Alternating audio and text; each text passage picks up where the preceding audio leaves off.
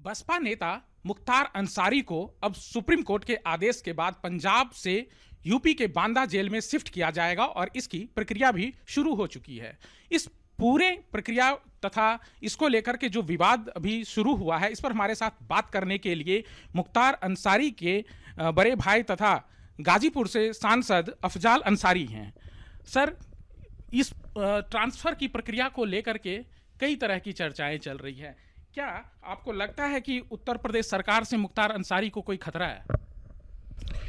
देखिए, जब कई चीज़ें चर्चा में जन्म लेती हैं तो उसकी कोई वजह होती है।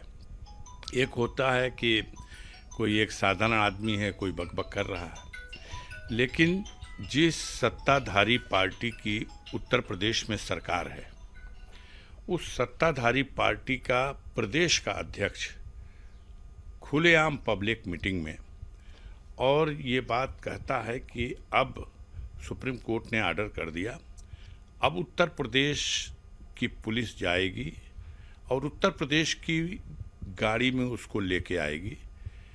गाड़ी जब उत्तर प्रदेश की सीमा में प्रवेश करेगी तो कब और किस बॉर्डर पे वो गाड़ी पलट जाएगी, ये हम नहीं बताएंगे। उनके संसदीय कार्य विभाग के एक राज्य मंत्री महोदय हैं, कहाँ से इन लोगों को ज्ञान प्राप्त होता है भगवान ही जाने। उन्होंने भी यही कहा है। माननीय मुख्यमंत्री जी के मीडिया प्रभारी जो हैं, सलाहकार, उन्होंने कहा कि भाई हम तो ड्राइवरों को अपने बहुत अच्छी ट्रेनिंग देते हैं, लेकिन बड़ा लंबा सफ़र है, 800-900 किलोमीटर का है, कहीं रास्ते में गाड़ी पलट जाएगी तो हम क्या कर सकते हैं। और छोट भैया किस्म के हैं, वो तो सब सीधे सीधे के जिस तरह से कानपुर के बिकरू कांड के एक आरोपी को मध्य प्रदेश से लाते समय और उसकी गाड़ी पलट दी गई और उसके गाड़ी के पलटने के बाद वो भागा और उसके बाद वो उसका काम खत्म हो गया।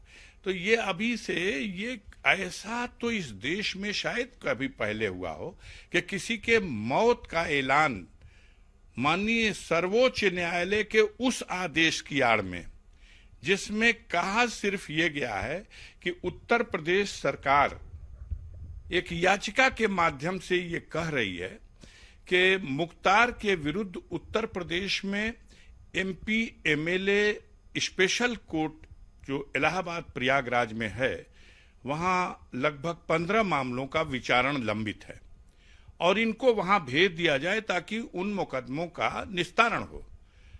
माननीय सर्वोच्च न्यायालय के सामने सारी परिस्थितियां आती हैं।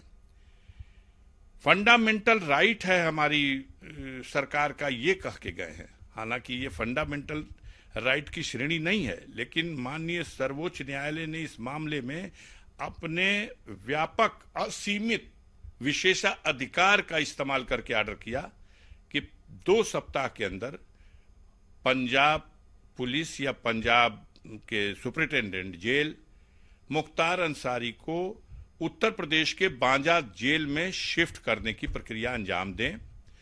और उन्होंने एक जिम्मेदारी उत्तर प्रदेश के इलाहाबाद में जो एमपी एमएलए स्पेशल कोर्ट है, जहां उनके मामले चल रहे हैं, जिसकी सूची दिया है उत्तर प्रदेश सरकार ने, वहां के कोर्ट को यह कहा कि वो कोर्ट डिसाइड करे कि वो इस ट्रायल के दौरान जो उसके कोर्ट में होगा, मुख्तार अंसारी को किस जेल में रखेंगे। कुछ और डायरेक्शन है कि वो बीमार हैं तो उनकी दवाओं का या और जो कुछ इस तरह का। सुप्रीम कोर्ट एक मंशा समझ में आई कि वो मांगने एक स्टेट आई है और व्यक्ति जुडिशियल कस्टडी में है, दूसरे स्टेट में है, उस स्टेट से कह दिया आप दे दीजिए। अब उत्तर प्रदेश के लोग इसको एक अजीब मुद्दा बना के, जैसे कोई बहुत बड़ी जीत हो गई हो, मुख्तार के उत्तर प्रदेश पुलिस के हाथ में आते ही मुख्तार का अंत कर दिया जाएगा। तो क्या आपको लग रहा है जो इस सुप्रीम कोर्ट के आदेश के बाद जो मौका अवसर मिलेगा, इसमें राज्य सरकार जो है वो बदले की भावना से कार्रवाई कर सकती है कुछ? बिल्कुल, पूरी तरह से यह आशंका बनी हुई है। ऐसे बयान और ऐसी परिस्थितियां बनी हुई हैं, कुछ तथ्य हैं जिन्हें लोग नहीं जानते। और सुप्रीम कोर्ट में भी राज्य सरकार ने जो सूची प्रस्तुत की वो मात्र वो सूची प्रस्तुत की जो मुख्तार के विरुद्ध आरोपों के ट्रायल की बात है। दरअसल मुख्तार अंसारी जो मऊ से विधायक हैं पिछले 25 सालों से 1996 से लगातार हैं और 25 अक्टूबर 2005 से वो जुडिशियल कस्टडी में कारागार में हैं, यानी लगभग 15.5 साल से। इस अवधि में उन्होंने 5 इलेक्शन लड़े। 3 बार तो ऐसी सिचुएशन थी कि वो पर्चा भरने भी अपने क्षेत्र में नहीं गए। सुपरिटेंडेंट जेल के कक्ष में उनके एजेंट ने पर्चा भरा, उन्होंने प्रमाणित किया। महान जनता है जो उसके प्रति जिसके दिल में कितनी मोहब्बत है कि जो आदमी एक दिन पेरोल के ऊपर भी नहीं छोड़ा जा पा रहा, हालांकि हर बार पेरोल दिया है कोर्ट ने और हर बार राज्य सरकार ने बहाना किया है कि उनके आने पर इतनी भीड़ होगी कि हम सुरक्षा नहीं कर पाएंगे, और पेरोल की अवधि उस पर एक आध बार तो कंटेम्प्ट कोर्ट हुआ। तो वो आदमी जिसकी छवि इस तरह से प्रस्तुत की जा रही है, वास्तविकता क्या है ये अगर कोई पूर्वांचल में जाए तो उन गरीबों से पूछे जिनके घरों में खाने नहीं बन रहे। ऐसे ऐसे लोग, बूढ़ी बूढ़ी औरतें, बच्चे, हर धर्म हर मजहब के मानने वाले जो गरीब हैं उसको अपना मसीहा मानते हैं। सबके दुख दर्द में वो मदद करता है। हमारे परिवार को जिस तरह से आज मीडिया पर प्रस्तुत कर रहा है देश के सामने, हमें अफसोस होता है ये कहते हुए। लोकतंत्र का चौथा स्तंभ है ये मीडिया। सच्चाई प्रस्तुत करने में इतना भेदभाव होगा कभी कल्पना नहीं की। हमारे बाप दादा पुरखों ने इस देश के स्वतंत्रता संग्राम में हिस्सा लिया, कुर्बानियां दी।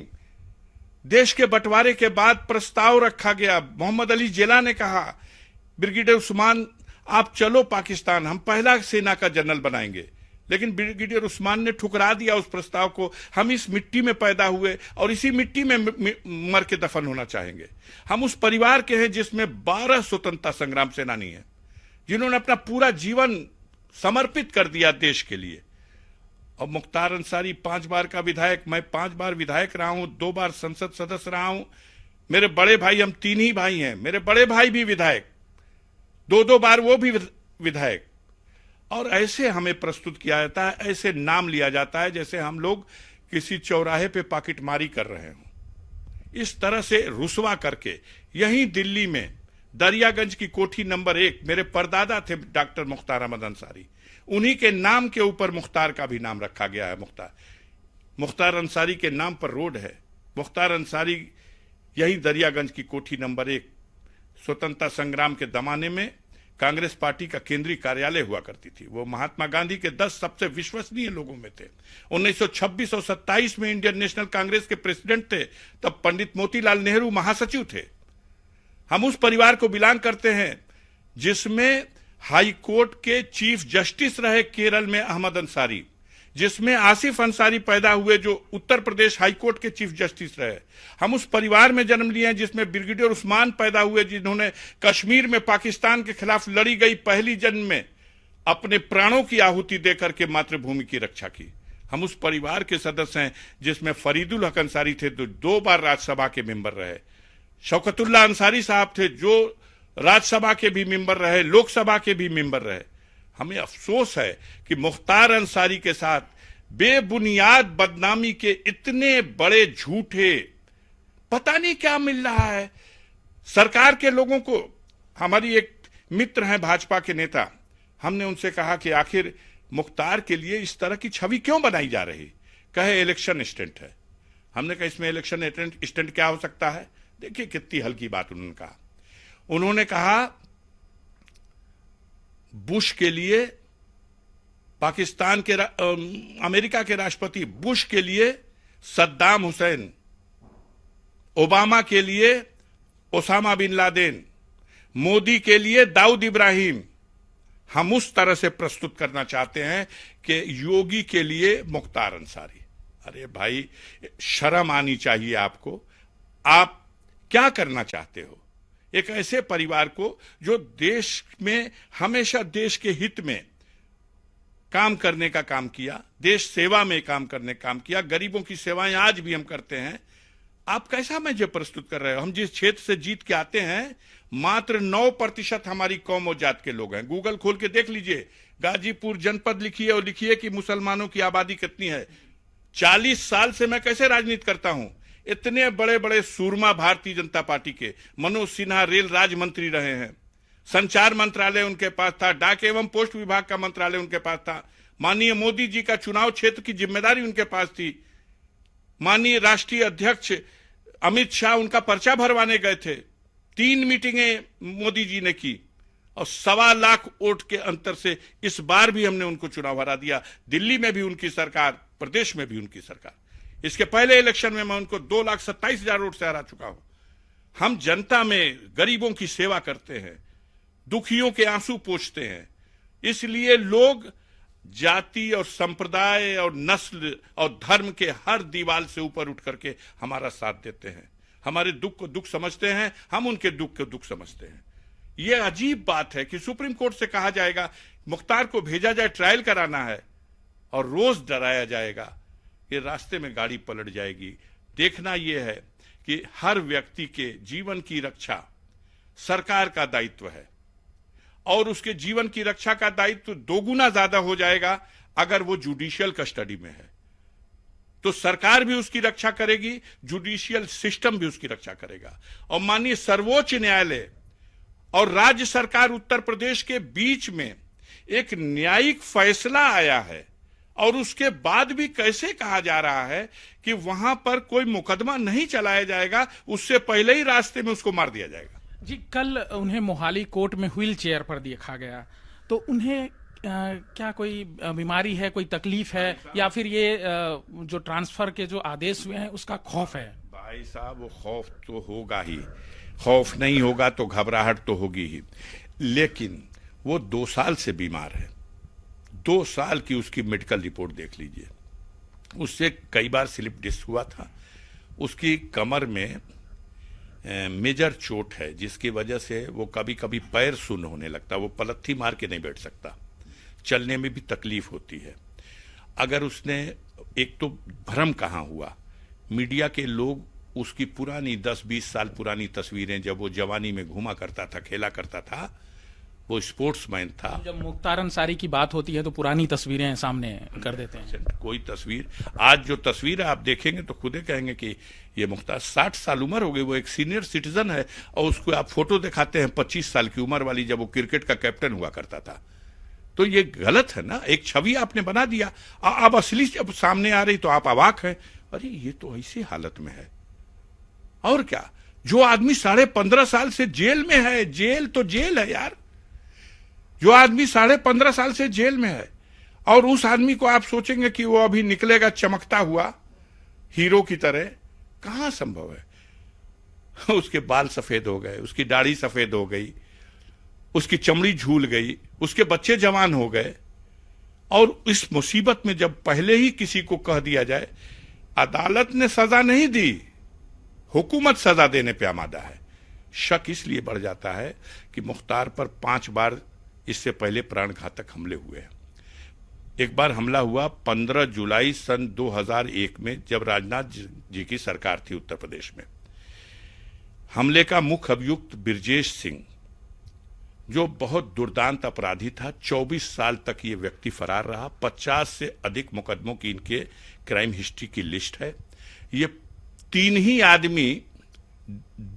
ही आदमी इस भारत में दाऊद इब्राहिम इंटरनेशनल अपराधी के को अक्यूज्ड हैं। एक सुभाष ठाकुर जो आजीवन कारावास की सजा काट रहा है हैदरगढ़ जेल में, और दूसरा ये ब्रजेश सिंह जो 2008 से बनारस सेंट्रल जेल में आराम फरमा रहा है। ये दोनों दाऊद इब्राहिम के को अक्यूज्ड हैं। बॉम्बे जे हॉस्पिटल कांड गूगल में खोल के देख लीजिए, पहला नाम दाऊद इब्राहिम और दूसरा नाम ब्रजेश सिंह।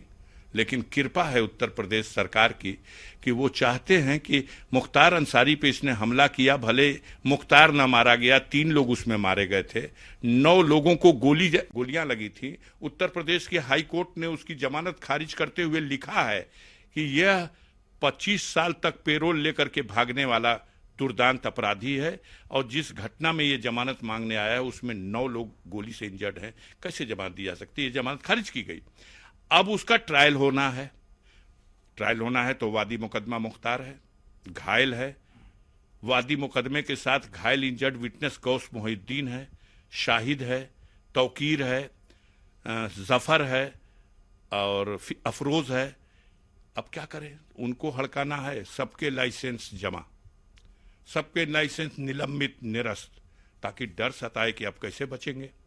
मुख्तार अंसारी को लाइए और कोई ना कोई अनहोनी उनके साथ हो जाए और फिर कहानी ये बना दीजिए कि साहब वो तो बहुत बड़ा अपराधी था। किसी केस में मुख्तार की सजा नहीं है।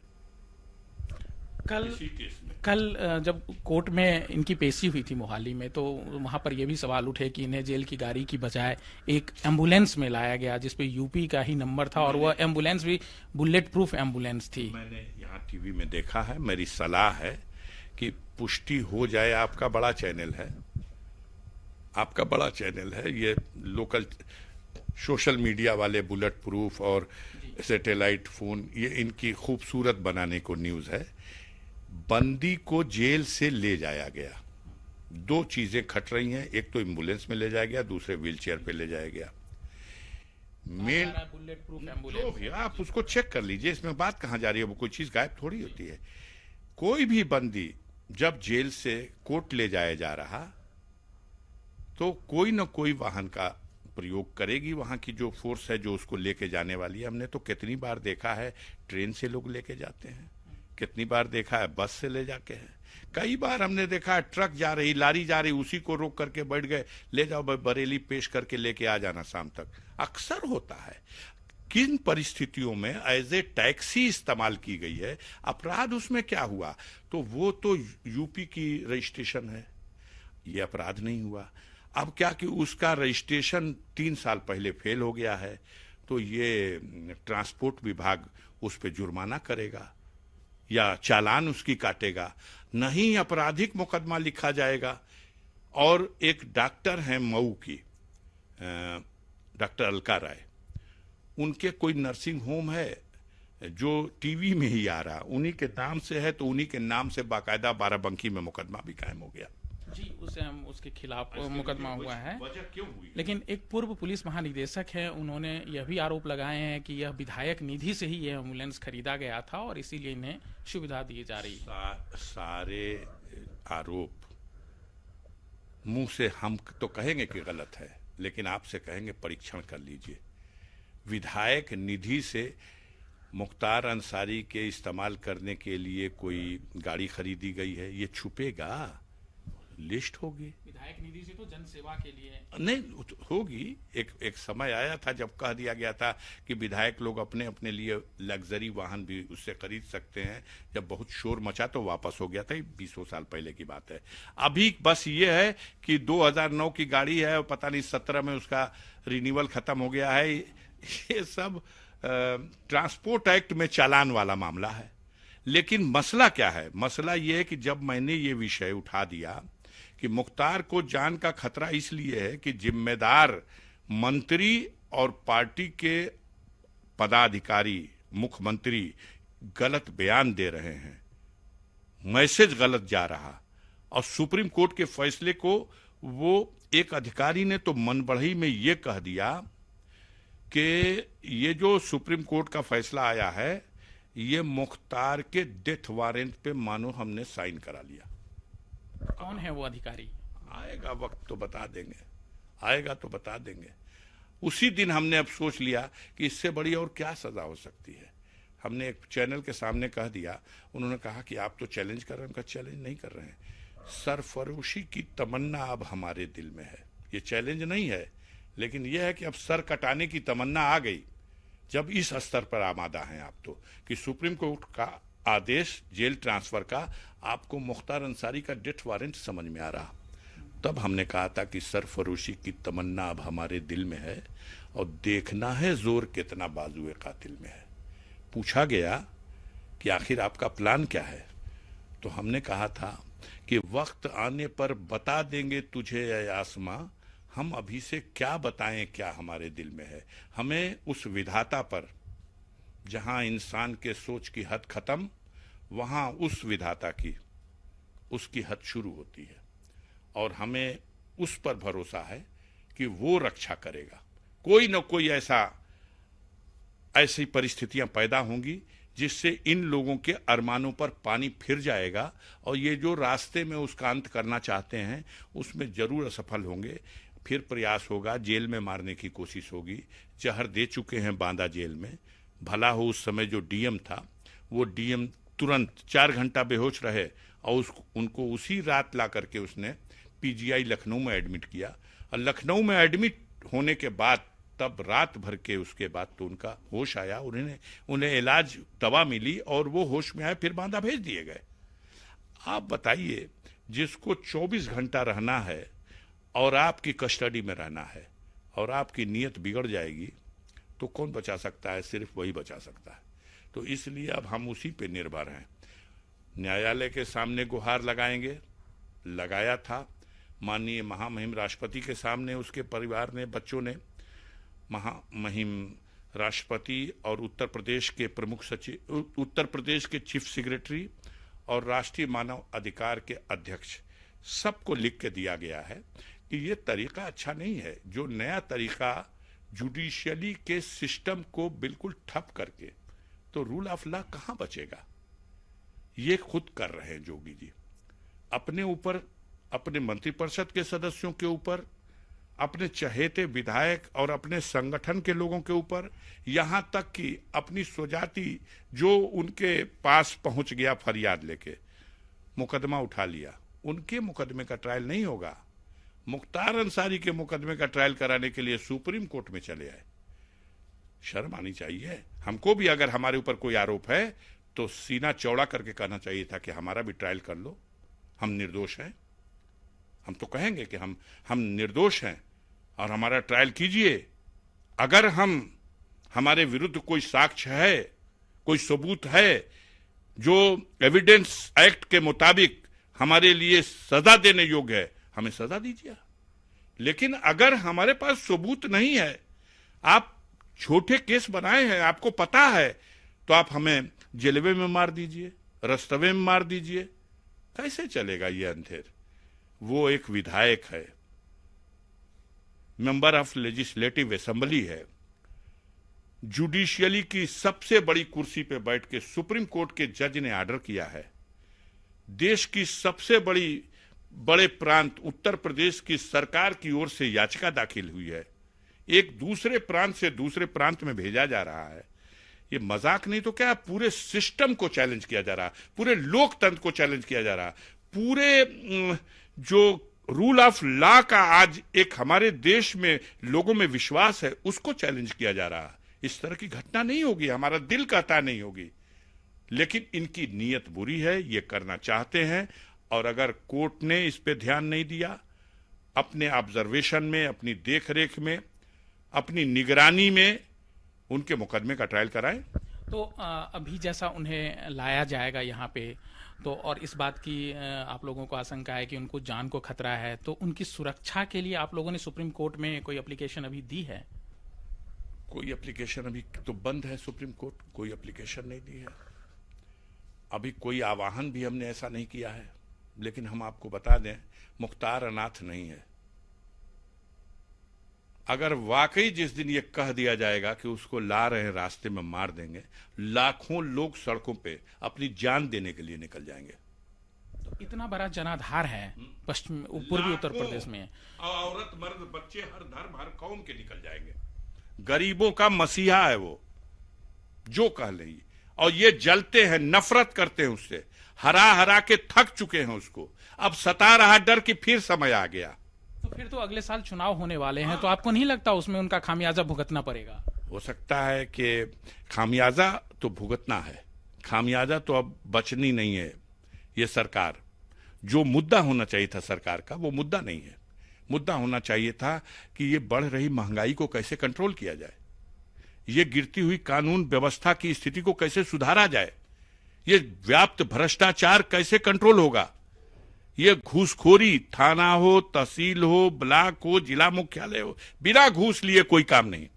ये जनता के ऊपर अत्याचार, ये क्या लेके जाएंगे? ये लेके जाएंगे कि हमने अपने विरोधी को मार दिया, ये लेके जाएंगे कि हमने बिल्डोजर से किसी का घर गिरा दिया, लेकिन जनता इसे स्वीकार नहीं करेगी।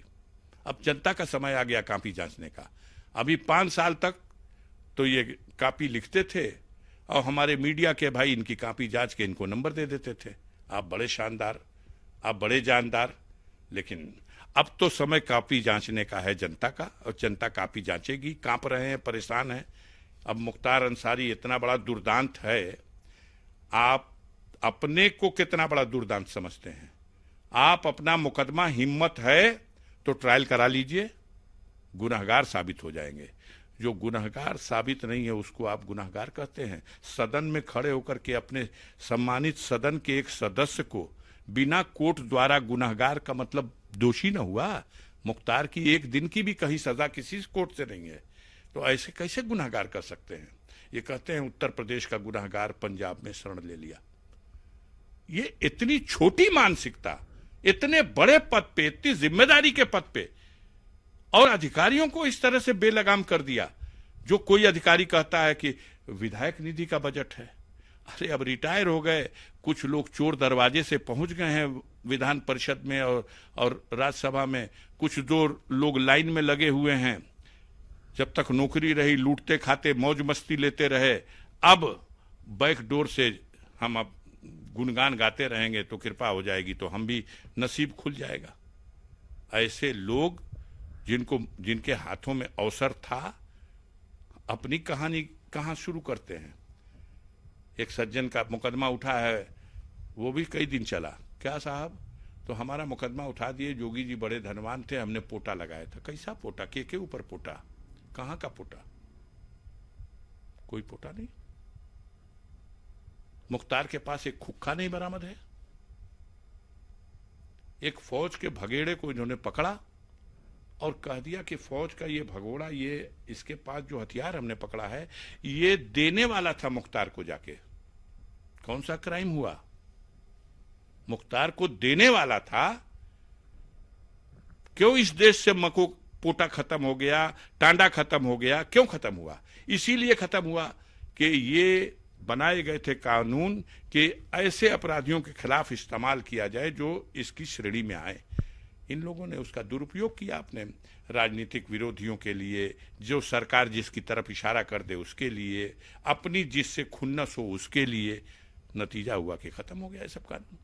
वो खुश हैं, ठीक है, उनका मुकदमा उठ गया, हम भी जानते हैं, खुश हैं, अच्छा है, खुशी मनाएं, उनका परिवार फले फूले, हमें एतराज नहीं। लेकिन हम ये जानते हैं कि आपको जुडिशियली सिस्टम पे भरोसा नहीं था।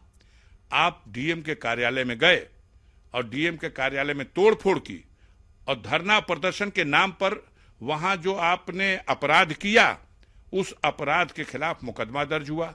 हमारे खिलाफ धरना प्रदर्शन का मुकदमा है, तो हम धरना प्रदर्शन का मुकदमा फेस कर रहे हैं। हमने जमानत कराई है।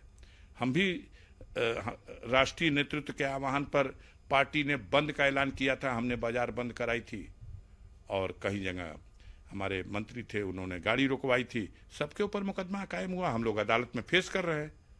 और ये लोग कानून से ऊपर लोग हैं, इन लोगों का मुकदमा नहीं चलेगा किसी अदालत में। मोहाली कोर्ट में पेशी के दौरान या उसके बाद सुप्रीम कोर्ट के जो ये आदेश आए हैं, उसके बाद अब उन्हें जब शिफ्ट किया जाएगा, तो इन सब बातों पर मुख्तार अंसारी जी की क्या प्रतिक्रिया रही है? मैं नहीं गया भैया।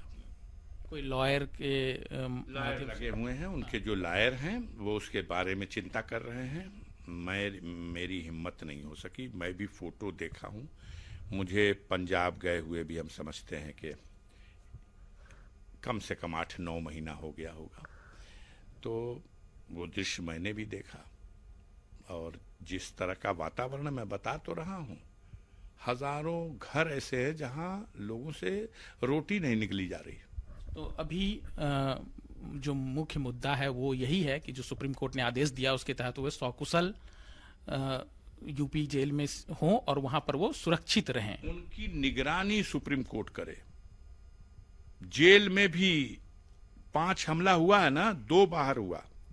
एक हुआ 15 जुलाई को, जो मोहम्मदाबाद थाने में मुकदमा है, ट्रायल होना है वहीं पे। दूसरा हुआ 14 जनवरी को, जो दिलकुशा पर लखनऊ में हुआ, उसका भी मुकदमा है। दोनों में मुख्य अभियुक्त ब्रजेश सिंह है। सरकार ब्रजेश सिंह को बचाना चाहती है। मुख्तार के खिलाफ जो ट्रायल हो रहा है, जो गवाही होनी है हो, लेकिन मुख्तार के ऊपर हमला करने वालों के ऊपर जो मुकदमा है उसका भी तो ट्रायल हो जाए, ये निगरानी कर दे लोग और निर्णय आने दें कोर्ट का। आप अपना साक्ष्य सबूत कोर्ट में लेके जाइए, हम अपना बचाव करेंगे। हम अपना साक्ष्य सबूत कोर्ट में ले जा रहे हैं, आप अपना कानून के रास्ते से बचाव करिए। निर्णय देने दीजिए अदालत को, निर्णय अदालत को देने दीजिए भाई। अभी क्या है, 5 ठो गैंगस्टर है मुख्तार पे। ये दुनिया का, हिंदुस्तान का अकेला केस है। 5 ठो रासुका लगा उनके ऊपर, सजा होगी।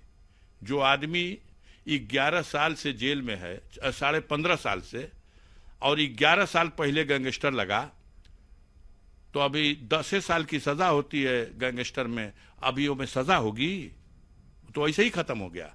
जिस केस को आधार बना करके वो लगाया गया, वो केस छूट गए। रोज अलका राय चिट्ठी लिखती हैं, मेरे मुकदमे का ट्रायल नहीं हो पा रहा, सब रुका हुआ है, उनको जल्दी पंजाब पुलिस बचा रही है, पंजाब पुलिस बहुत बेईमानी कर रही है, और कांग्रेस के नेताओं को लिख रही हैं। हमने बताया कि 3 जुलाई 2019 को राउज एवेन्यू कोर्ट यहीं दिल्ली में है, सीबीआई की स्पेशल कोर्ट में मुकदमे का ट्रायल पूरा हुआ। मुख्तार अंसारी बरी हो चुके हैं। मुख्तार के खिलाफ पुलिस ने जो मुकदमे फर्जी बनाए हैं वही है। अभी 3 महीने के अंदर 5 मुकदमा फर्जी बनाया है। 5 फर्जी मुकदमे ना। मुख्तार जेल में 25 अक्टूबर के बाद गया, एक मुकदमा उसके पहले का है। सारे मुकदमे जेल में है वो। ये लोग बनाते रहते हैं। उसने किसी को चिट्ठी लिख दिया है विधायक की हैसियत से कि इनको लाइसेंस बना दिया जाए, इनके जीवन को, सुरक्षा को खतरा है। पुलिस की रिपोर्ट आ चुकी है। डीएम साहब मेरी संस्तुति है। जिला अधिकारी 20 साल पहले लाइसेंस दिए हैं और मुकदमा कायम हो गया 3 महीना पहले। अभी 5 दिन पहले मऊ की पुलिस ने उसी मुकदमे को आधार बना के गैंगस्टर भी लगा दिया, और गैंगस्टर के आधार पर वहां पुलिस भी भेज रहे हैं कि जाइए उनको पकड़ के लाइए, मऊ में पेश करें। क्या है ये? खाली एक शो ये करना कि अब तो हमारे चंगुल में आ गए, हम कभी इस जंगल ले जाएंगे, कभी उस जंगल ले जाएंगे। आज मौका नहीं मिल पाया, पता नहीं। इतना जानने के बाद हम नहीं समझते कि कोर्ट इस पे सावधान नहीं होगी, क्योंकि सबकी साख का सवाल है। सुप्रीम कोर्ट की उत्तर प्रदेश अपनी साख का सौदा कर सकती है, लेकिन माननीय सर्वोच्च न्यायालय और हिंदुस्तान का जुडिशियली सिस्टम अभी अपनी साख का सौदा नहीं करेगा। हमें भरोसा है। इस बात की व्यवस्था और इस बात का प्रबंध होना चाहिए कि उनके खिलाफ जो भी ट्रायल जहां भी है, उस ट्रायल को नियमानुसार ट्रायल कोर्ट में कराए। अगर किसी बंदी की पेशी कोर्ट पे नहीं होती, फिजिकल पेशी से छूट रही है 1 साल तक, कोई भी बंदी पेश नहीं हुआ है। तिहाड़ से एक आदमी नहीं आता था, न पटियाला हाउस और न 30 हजारी, सब छूट थी। वहीं पे फिजिकल पेशी के बजाय वीडियो कॉन्फ्रेंसिंग से होती थी। मुख्तार को हर तारीख पे ले जाएंगे, घसीट के ले जाएंगे, पैदल ले जाएंगे। ले जा भैया, तो उन लोगों का राजपाट जो चाह कर ले जा। लेकिन जुडिशियली सिस्टम अगर है तो मुझे न्याय मिलेगा, हम ये उम्मीद करते हैं। चलिए, बहुत बहुत शुक्रिया आपका। तो ये थे हमारे साथ अफजाल अंसारी, जो मुख्तार अंसारी के अभिभावक हैं, बड़े भाई हैं, और जिस तरह के मुख्तार अंसारी को स्थानांतरित करने को लेकर के जिस तरह की अभी चर्चाएं चल रही हैं, उनकी जान को खतरा बताया जा रहा है। अफजाल अंसारी जी का साफ कहना है कि उन्हें पूरा भरोसा है कि अदालत इस मामले को संज्ञान लेगी और उन्हें सुरक्षित यूपी के जेल में ही स्थानांतरित किया जाएगा। ईटीवी भारत के लिए कैमरामैन जौहर सिंह के साथ आशुतोष झा।